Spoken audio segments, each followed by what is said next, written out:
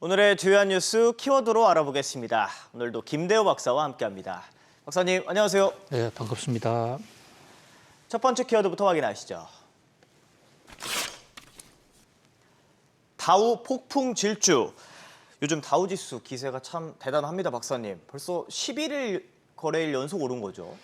그렇습니다. 영업일 기준으로 11일 연속으로 올랐거든요. 일주일에 영업하는 날이 닷새지 않습니까? 예. 그럼 11일간 올랐다는 것은 3주 연속으로 올랐다는 것인데요. 미국은 이 뉴욕 증시에 그 하루 상한가 제도라는 게 없습니다. 예를 들어 상승 요인이 있으면 그날 뭐 2배든 3배든 충분히 오를 수가 있는 것이죠. 그렇기 때문에 이틀 연속 오르는 것도 힘듭니다. 그런데 오르고 또 오르고 그래서 11일 연속으로 오르는 이것은 6년 만에 최장의 어떤 연속 상승 기록을 세웠는데요. 예. 지금 오늘 이제 우리 시간으로 오늘 밤에 미국 워싱턴에서는 FOMC가 열립니다. 예. FOMC가 금리 인상을 사실상 예고해 놓고 있잖아요. 네, 맞습니다. 금리 인상에 가장 취약한 게 뉴욕 증시인데 참 알다가도 모를 일인 게 금리 인상을 위한 FOMC가 시작하는 날 뉴욕 증시는 11일 연속에 그야말로 폭풍 질주, 정말 질풍노도와도 같이 엄청나게 기세가 강하다. 네. 이렇게 볼 수 있거든요. 왜 이렇게 뉴욕 증시가 강할까? 뭐 가장 확실한 어떤 요인 분석을 하자면 주식을 팔겠다는 사람보다 사겠다는 사람이 좀 더 많으니까 네. 그러니까 주가가 올라가는 것이죠. 네. 자, 그러면 왜 주식을 사는 사람은 많고 팔겠다는 사람은 적으냐? 그 이유를 조금씩 뜯어보면요. 우선 금리 인상과 관련해서는 금리 인상은 예고된 것이고 또 이번에 금리 인상이 마지막일 수 있다는 기대. 그다음에 두 번째, 뉴욕 증시가 가장 우려하고 걱정해왔던 것은 경기 침체입니다. 그런데 말로만 경기 침체 우려가 많이 나왔었는데 실제 경기 침체가 없었거든요. 네. 적어도 이 순간까지는 경기 침체의 조짐이 없습니다. 지금 밤새 발표된 PMI 지수, 구매자 관리 지수를 놓고 보더라도 시장 예상보다도 오히려 좀 올랐어요. 50 아래이긴 하지만 S&P 글로벌 제조업 지수가 예상 컨센서스보다도 더 상승했습니다. 자, 이런 대목에서 금리 인상에도 불구하고 경기 침체는 없다. 자, S&P 글로벌 서비스 지수 같은 것은 52.4% 예상치를 조금 내려서긴 했지만 기준선이 50%보다는 여전히 높은 수준에 있거든요. 그렇습니다. 어떻게 보면 뜨겁지도 않고 또 차갑지도 않은 골디락스의 연착륙이 아니냐. 그다음에 이제 월가의 이코노미스트들이 1년 내에 경기 침체가 올 가능성에 대해서 50% 이하가 경기 침체에 비중을 뒀습니다. 네. 자, 이런 어떤 경기 침체가 올 것 같지 않다는 골드만삭스라든지 각종 IB 은행의 이런 어떤 진단, 여기다가 기술적으로 놓고 보면요. 밤사이에 다우지수가 오른 가장 핵심적인 요인은 에너지 업체 가격들, 엑슨모빌이라든지 쉐브론 이런 회사들의 주가가 올랐습니다. 왜냐하면 지금 국제 유가가 좀 오르고 있잖아요. 실적이 좋았죠. 예, 실적도 좋았고 국제 유가가 오르게 되면요. 네. 국제 유가 오른 만큼 보유하고 있는 원유가 많기 때문에 앉아서도 자산 가치가 올라가는 그런 효과가 있습니다. 그렇군요. 그다음에 이제 은행주 같은 경우에 실적이 좋은 영향이 이어지고 있는데요. 자, 그러나 영원히 오르는 주식도 없고 영원히 떨어지는 주식도 없습니다. 달은 차면 기울고 기운 달은 다시 올라가는 것이 세상의 이치고 경제도 어떤 경기 순환의 곡선을 그릴 수밖에 없는데요. 지금 일각에서는 이 과하 매수가 과열됐다. 눈 앞뒤 안 보고 무조건 산다. 자, 이 FOMC하고 스펠링이 비슷한 단어 중에 FOMO라고 있습니다. 네. FOMC가 아니라 MO네요. MO. 예. 그러니까 Fear of Missing이라는 공포인데요. 나만 빠지는 게 아니야. 지금 뉴욕 증시가 이렇게 뜨겁게 올라가고 있는 상황에서 나만 혹시 소외된 것이 아니냐 이런 포모 정우까지도 가세를 하고 있는데요. 물론 또 한쪽에서는 대세 상승이다. 경기 침체가 없는 만큼 계속 오를 것이다라는 이런 비관론과 낙관론이 팽팽하게 맞서고 있는 상황입니다. 네. 결국 제일 중요한 것은 결국 금리 인상으로 인한 그 쇼크가 과연 오지 않을 것인가, 올 것인가, 온다면 언제쯤 어느 정도로 올 것인가 이런 대목이 뉴욕 증시 또 세계 경제를 좌우하는 가장 큰 변수가 아닐까 그런 생각을 해봅니다. 알겠습니다. 이어서 다음 뉴스 키워드 보시죠. AI 버블, 닷컴 버블이 생각납니다, 박사님. AI 벌써 인기 시드는 건가요? 그렇습니다. 닷컴 버블이 2000년대 초반이었어요. 예. 지금으로부터 약 23년 정도 전에 그 당시 분위기와 지금 AI 특수 분위기가 비슷하다고 주장하는 그런 전문가들이 많습니다. 당시에도 닷컴자만 붙이면 그냥 주가가 오르는 네. 그래서 회사 이름도 대부분 유행이 무슨 닷컴 시절이 있었어요. 자, 그런데 요즘은 AI만 갖다 붙이면 심지어 조류 인플루엔자도 주가가 오른다는 이런 얘기도 있어요. 네. 이 조류 인플루엔자도 스펠링이 AI거든요. 네, 그것은 뉴욕 증시의 농담이고요. 예. 여기서 말하는 AI는 인공지능인데 생성형 인공지능, 이른바 오픈 AI가 어떤 실용 가능성, 현실 사회에서의 적용 가능성을 제기하면서 AI 투자가 열풍이 일어났는데 뜨겁습니다. 예, 지금 월스트리트 저널에서 AI 열풍이 있다고 해서 인공지능 특수만으로 반도체 침체 탈출은 불가능하다. 좀 현실을 직시하자. 이런 특별 기사를 게재를 했습니다. 지금 현재 지금 이 월스트리트 저널의 보도를 보면요. 예. 현재 지금 AI는 메모리 수요는 거의 없어요. GPU 수요를 위주로 반도체의 어떤 경기를 지탱을 하고 있는데 그나마도 지금 웨이저자 WTSMC 대만의 타이완 세미컨덕터 매뉴팩처링 컴퍼니라는 이 세계 최대의 시스템 반도체 회사의 대표가 AI 관련 수요 증가 그리 크지 않다. 경기 침체를 상쇄하기에는 불충분하다. 그리고 TSMC는 3분기에 더 어려울 것이다. 라는 이런 어떤 언급을 하면서 상당히 반도체 쪽에 찬바람이 불고 있는데요. 왜 TSMC가 이 대목에서 중요하냐면요. AI에 관련 반도체를 설계하는 곳은 엔비디아와 그 AMD 같은 대만계 미국 회사들이 있는데 이 회사들의 반도체 위탁 생산을 거의 대부분 TSMC가 하고 있거든요. 네. 그렇다면 정말로 AI가 잘 된다고 그러면 그리고 AI가 반도체의 수요를 폭발적으로 증가시킨다고 그러면 그 하청을 받고 있는 TSMC의 반도체 생산이나 판매도 늘어나야 되는데 정작 웨이저자 TSMC CEO는 뭐 좀 AI 때문에 반도체 수요 좀 늘었지만 그렇게 폭발적인 것은 아니야. 이런 어떤 고백 아닌 고백을 털어 놓았거든요. 뼈가 있습니다, 발언에. 예, 이 대목을 보더라도 실제로 지금 AI의 수요 폭발, AI에 대한 기대가 좀 과도한 것이 아닌가. 또 실제로 놓고 보더라도요. AI를 당장에 산업의 생산성 향상으로 연결시킬 그런 어떤 비즈니스 모델도 지금 현재까지는 그렇게 확연히 떠오르는 게 많지는 않습니다. 검색 회사의 검색 엔진으로서 생성형 AI는 상당히 뭐 기능을 발휘를 하고는 있지만 아직은 이것이 산업 전반으로 확대되기에는 아주 초기 단계 아닌가.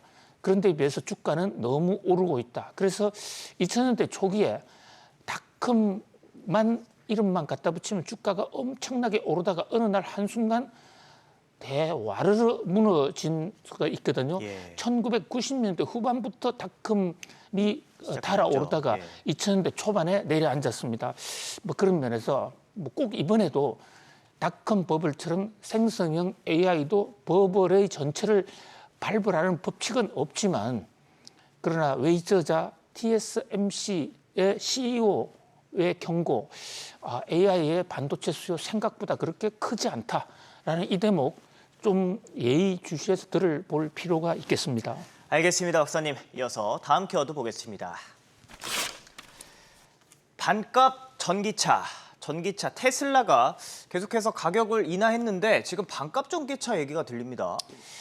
예, 지금 일론 머스크가 꾸려가고 있는 테슬라, 그동안에 일론 머스크의 어떤 황당한 발언, 오나 리스크 이런 것 때문에 시장의 불신도 많이 초래를 하고 최근에는 주가가 많이 떨어지기도 했어요. 그런데 또 테슬라가 아주 혁신을 향한 새로운 전진을 하는 것이 아닌가라는 그런 시장 분석이 나오고 있습니다. 네. 로이터 통신이 보도를 한 건데요. 테슬라 간부들이 지금 인도에 곧 간다는 겁니다. 그래서 인도의 최고위층을 만나서 인도에서 24,000달러짜리 신차를 전기차입니다. 생산하기 위한 공장을 짓겠다 하고 계획을 제출하고 그 세부 절차를 인도 고위층들과 논의한다. 이런 얘기인데요. 네. 여기에 대해서 테슬라는 가타부타 일단 언급은 하지 않았어요. 지난번에도 테슬라는 인도에서 전기차를 한번 생산하려고 했다가 인도 정부와의 그 의견을 조율하지 못해서 그렇습니다. 한번 계획을 접은 적이 있습니다. 그때 테슬라가 인도를 가고 싶어도 가지 못하는 가장 큰 문제가 인도의 높은 관세 때문인데요. 테슬라가 인도에서 자동차를 생산하려면, 전기차를 생산하려면 인도 내 인프라만으로는 부족하니까 다른 나라에서 원자재, 부품, 배터리 같은 것을 일부 사와야 돼요. 네. 거기에 관세가 40%, 50% 부과가 되니까 그런 상태에서는 차를 만들기가 어렵다 해서 계획을 철회했었는데요. 다시 이래 한다는 것은 인도와의 이제 모종의 어떤 논의, 모종의 합의를 위한 진전이 있었지 않냐. 특히 이 모디 총리 입장에서도 인도에서 어떤 이 반도체 굴기 또는 전기차 굴기를 해보자고 하는 그런 야심이 있는 어떤 정치 행보를 보이고 있는데요. 네. 그런 면에서 아예 가격을 획기적으로 낮춰서 2만 달러대 초반이라고 그러면요. 우리 돈으로 3천만 원이 채 안 되는 전기차거든요. 네. 지금 전기차가 국가 보조금 때문에 그런 대로 가격 경쟁력을 유지하지만 일반 내연 기관차에 비해서 전기차 값이 굉장히 비쌉니다, 사실은요. 그렇죠. 비싸죠. 그런데 이것을 획기적으로 떨어뜨릴 수가 있다면 특히 테슬라는 이 배터리도 내재시키고 또 테슬라의 충전 모델 그것이 사실상 세계를 평정했으니까 가격을 훨씬 더 내려보겠다라는 그런 승부수를 띄운 것으로 보이는데요. 이 성사 여부를 떠나서 네. 혁신 기업으로서 가격을 이렇게 반값으로 내려보겠다 또는 새로운 획기적인 기술을 도입해보겠다는 그런 어떤 시도, 그 끊임없는 혁신의 열정 이런 것들이 오늘날 테슬라의 부흥을 가져오지 않았느냐 하는 그런 생각을 해보고요. 특히 인도는 인건비가 싸고 관세 문제만 해결되면 네. 테슬라의 그 배터리 내재화까지가 가미된다면 실현 불가능하지도 않다. 뭐 그런 각도에서 테슬라의 주가가 밤사이에는 크게 오르기도 했습니다. 알겠습니다. 이어서 다음 키워드로 넘어가겠습니다. 차이나 머니. 최근 중국 돈이 서방을 떠나서 좀 다른 곳으로 가고 있다고요, 박사님? 그렇습니다. 예, 이것도 세계 금융 흐름의 중대한 어떤 변화 양상으로 보이는데요. 네. 지금 세계에서 무역 흑자를 가장 많이 보이는 나라 단연 중국입니다. 네. 요즘 중국 경제가 어렵지만 우리 속담에 썩어도 준치 또 부자가 망해도 3년 간다 이런 얘기 있지 않습니까? 네. 중국 경제 어렵지만 여전히 무역 흑자국이거든요. 무역 흑자가 된다는 것은 대외 거래에서 돈이 쌓이고 있는 것입니다. 그 중국 돈이 어디로 가느냐 여기에 따라서 세계 정권 시장의 향배 또 금리의 방향이 정해지기도 했는데요. 그동안에는 이 중국 돈이 미국으로 가서 월스트리트에 투자도 하고 또 건물도 사고 부동산 많죠. 유럽에서 회사도 M&A를 하고 FDI를 많이 했습니다. 이제 그런 거 거의 하지 않고 다른 데로 간다는 것입니다. 자, 지금 중국 자본, 차이나 머니가 가는 곳은 남미나 동남아, 거기서도 꼭 찍어서 광물 투자입니다. 네. 광산을 산다든지 해서 핵심 소재 이런 것을 장악하겠다는 것이거든요. 두 가지 의도가 있다고 보여져요. 예. 앞으로는 결국 자원전쟁 시대가 오는 것이 아니냐. 그래서 자원을 독점하겠다. 그다음에 미국과의 리스크가 너무 커지기 때문에 서방에 투자했다가 나중에 어떤 낭패를 당하는 것보다는 미리미리 돈을 빼자. 이러거든요. 반대로 미국 자본도 지금 중국에서 빠지고 있어요. 그러니까 미, 중 서로가 빠져가고 있거든요. 자, 세계에 커다란 고래 두 마리가 싸우고 있는데 많은 사람들은 고래가 싸움하면 주위에 있는 새우들은 어쩌라고 이렇게 그런 시각으로 많이 봅니다.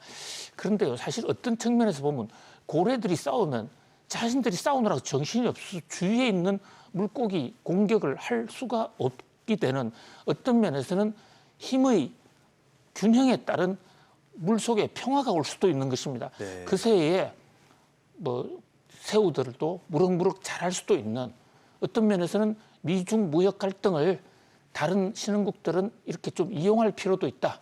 이런 전문가 지적들도 나오고 있는 상황입니다. 알겠습니다. 이어서 오늘의 마지막 키워드 보시죠. 이스라엘 혼돈. 현재 이스라엘이 지금 혼돈 속으로 빠져들고 있다고 합니다. 무슨 일인가요, 박사님? 이스라엘에 지금 시위가 한 달째 계속되고 있고 연일 폭발 사고도 이어지고 있습니다. 이스라엘에서 무슨 문제가 생기면 혹시 팔레스타인하고의 문제가 아닌가 이렇게 우리는 먼저 선입견을 갖고 생각을 하지만 이것은 중동 국가와의 문제가 아니라 이스라엘 완전 내부 문제입니다. 이스라엘에 지금 네타냐후 총리가 집권하고 있습니다. 극우 연정인데요. 이 네타냐후 이 총리가 스스로의 지금 많은 어떤 이 독직 사건들에 관련해서 사법부 재판을 받고 있는데요. 거기에 선제적으로 방탄 입법을 하고 있습니다. 지금 밤사이에 그 사법 개혁안을 통과시켰는데요.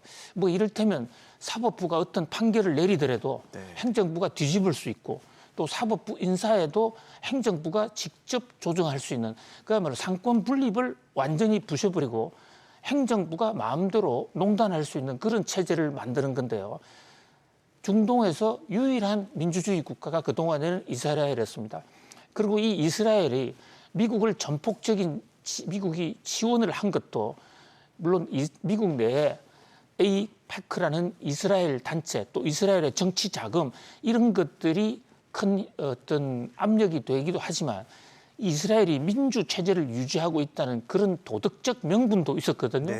그런데 지금 이렇게 극우 정부가 사법부를 없애버리는 이런 어떤 국정농단성 사법 개혁을 하다 보니까 이스라엘의 내부적으로도 엄청나게 분열이 되고 또 미국이 이스라엘을 추가로 강력하게 지원할 명분이 상실됩니다. 그렇기 때문에 바이든 대통령 입장에서는 상당히 입장이 난처해지고 또 이 대목은 바이든 대통령의 중동 정책 전체가 흔들리게 되는 그런 면에서 바이든 대통령으로서는 또 한 번의 위기를 맞고 있다. 어쨌든 이스라엘의 혼돈 사건이 세계 정세에 또 다른 어떤 변수가 되고 있는 그런 모양새입니다. 알겠습니다. 이어서 지금까지 다우 폭풍 질주 AI 버블 반값 전기차 차이나머니 이스라엘 혼돈 짚어봤습니다. 오늘 고맙습니다, 박사님. 고맙습니다.